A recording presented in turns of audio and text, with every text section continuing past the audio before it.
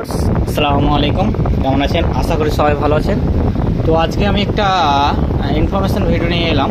যেমন আপনারা যারা অফলাইনে অন্নপূর্ণা ভান্ডার অ্যাপ্লিকেশান করেছিলেন, অর্থাৎ অফলাইনে জমা দিয়েছেন, তাদের উদ্দেশ্যে আপনার এই ভিডিওটি। যারা অফলাইনে আপনারা অন্নপূর্ণা ভান্ডার অ্যাপ্লিকেশান দিয়েছেন, তারা কি আবারও অনলাইন অ্যাপ্লিকেশান করতে হবে?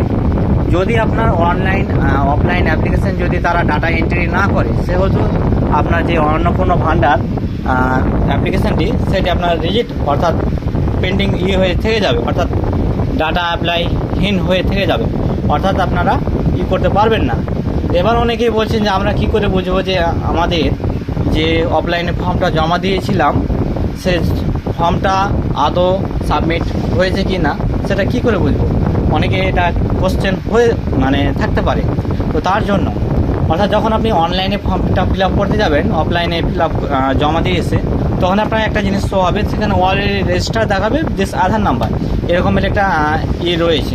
তো চলেন আমি এরকম আমি দুটো পেয়েছিলাম, আজকে একটা পেলাম কন্ডিশনটা, ওই জন্য ভিডিওটা করা। এর আগে করিনি, যেহেতু আমার কাছে যথাযথ প্রমাণ নেই, সেহেতু আমি করিনি।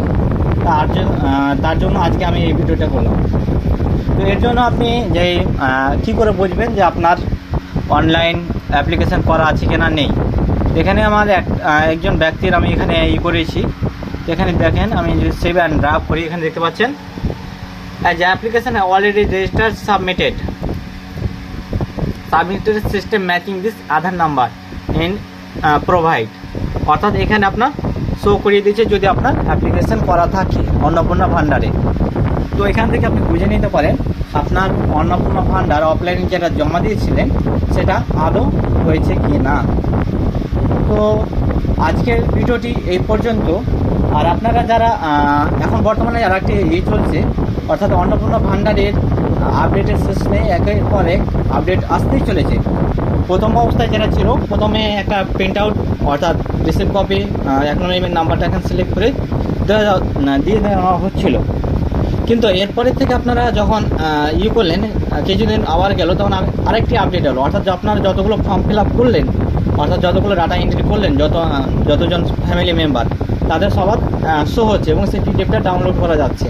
এটা একটা আপডেট।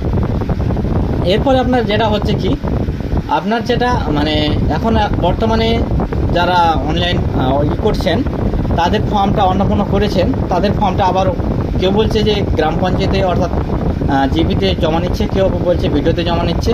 তো এরকম ইনফরমেশন বা এরকম অফিসিয়ালি ঘোষণা নেই যে অন্নপূর্ণা ভান্ডারে অনলাইন অ্যাপ্লিকেশান করার পরে আবার অফলাইন জমা দিতে হবে, এরকম অর্থাৎ কোনো অফিসিয়ালি ঘোষণা করা নেই। আর যদি আপনারা চান তাহলে দিতে পারেন, এটা একান্তই আপনাদের উপরের ব্যাপার। তো আজকের ভিডিওটি এই পর্যন্ত।